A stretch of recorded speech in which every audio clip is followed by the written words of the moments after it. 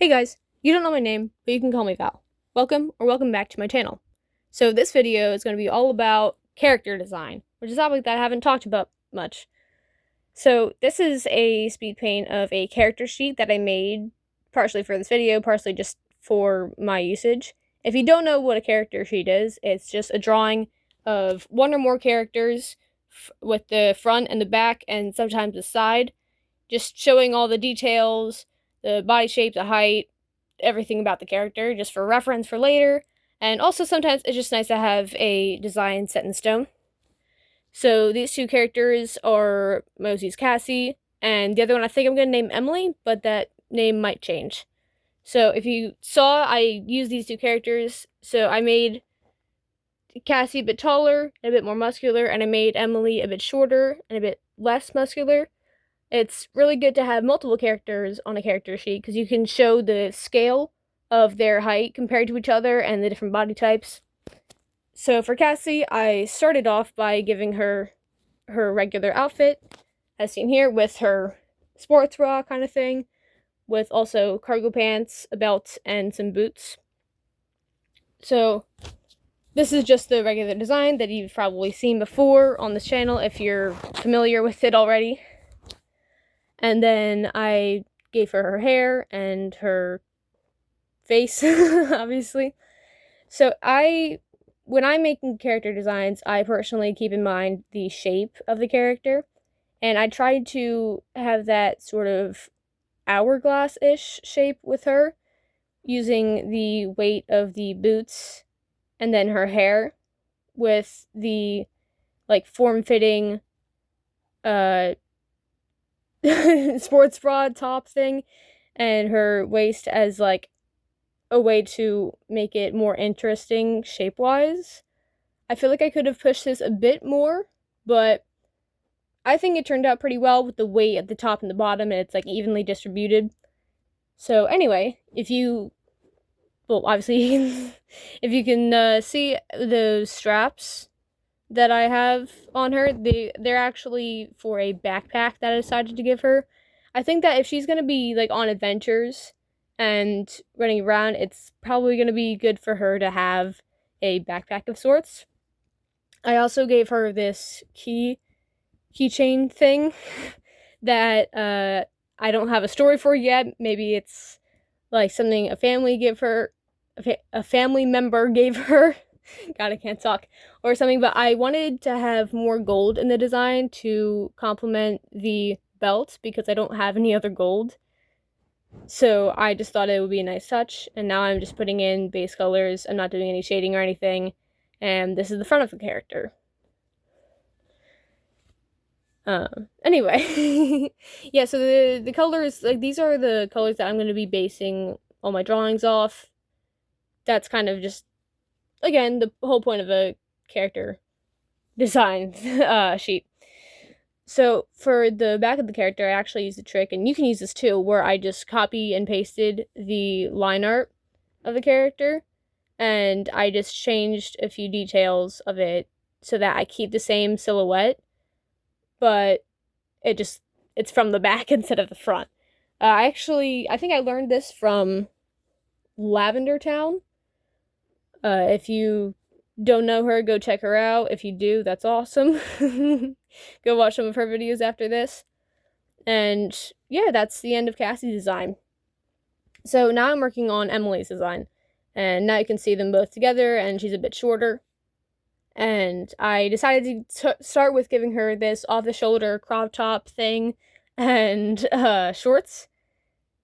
And so I gave her this black strap on her shoulder. I don't know if it's like a tank top or something. But then to contrast that and complement it, well, not contrast, but complement it, I gave her this choker that is also black, so it's not just standing out as much. I decided to give her short hair because I don't have a character that's female with short hair yet. And also, I just thought it would look better with her design. I tried to make her have a bit more weight towards the bottom of the character, which is why I gave her like the shorter hair.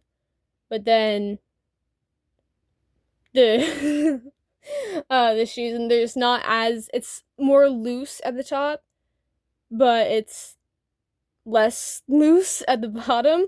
I don't know if I really conveyed that as well as I wanted, but anyway, that was my whole thought process for this character. And this is how it turned out. Again, just a really useful reference that I will be using.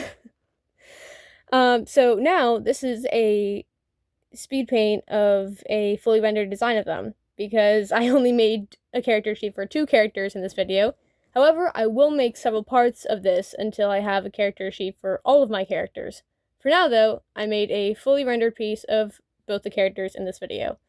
This is actually a render study and also partially line art study, so I'll be explaining my process as best I can, as well as showing you the reference images that I found on Pinterest.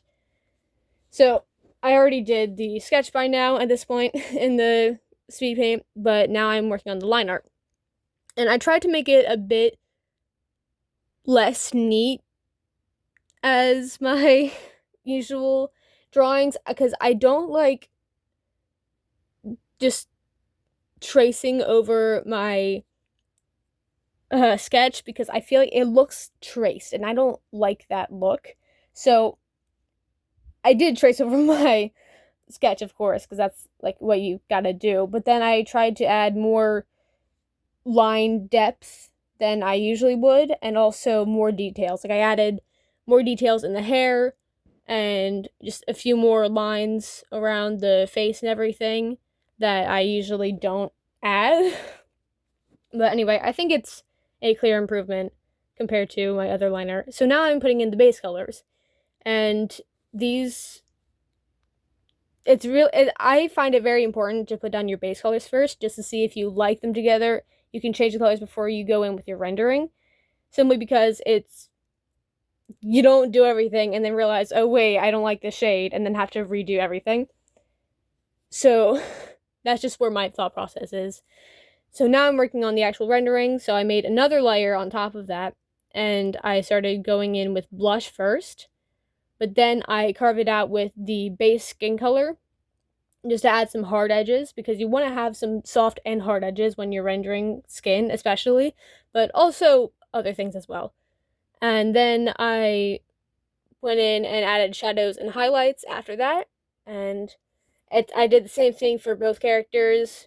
Blush, carve it out a bit with the base skin color, shadows, highlights, and that's about it.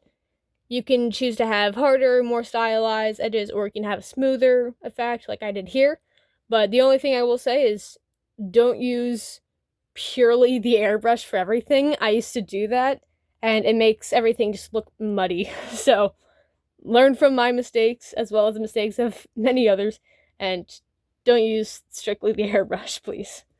For the eyes, I didn't have references. I did have the reference for the skin. Here's the reference I found on Pinterest if you want to use it. For the eyes, though, I didn't have a reference. I just kind of went off of what I've done in the past with the shadows and the whites of the eyes, and then for the irises, just the shadows, and then the stylized highlights that I usually do like streaks of brightness, and it almost looks like a flower-ish, just to kind of bring it back to the patterns that you would find on an iris. And I honestly think it looks pretty good, because I feel like in the past I haven't added enough contrast to my drawings, so I've really been trying to add more contrast with darker shadows and brighter highlights. So anyway, yeah, that's pretty much my whole process for skin and eyes, as far as texturing and coloring and all that. You can also add noise texturing to it, which is a filter, not sound, if you don't know what noise is. And then you can also add some chromatic aberration. I know a few artists do that. I personally didn't for this piece. Sometimes I do, but for this piece I didn't. For the hair, I went in and put highlights in it.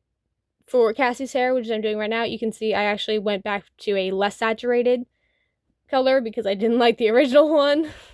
But luckily I didn't do too much. So I started with the highlights, and then I started carving it out with a more saturated version of the base hair color, and then I added some shadows with the airbrush. And then you can also go in and add some defining streaks as well. I did that.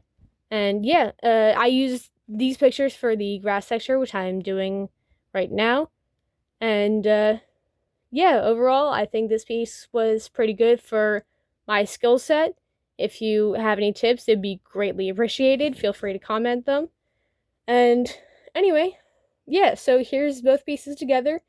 If you enjoyed this video, go ahead and hit a like, maybe subscribe, and yeah, I'll see you next time. Thanks for watching. Bye, guys.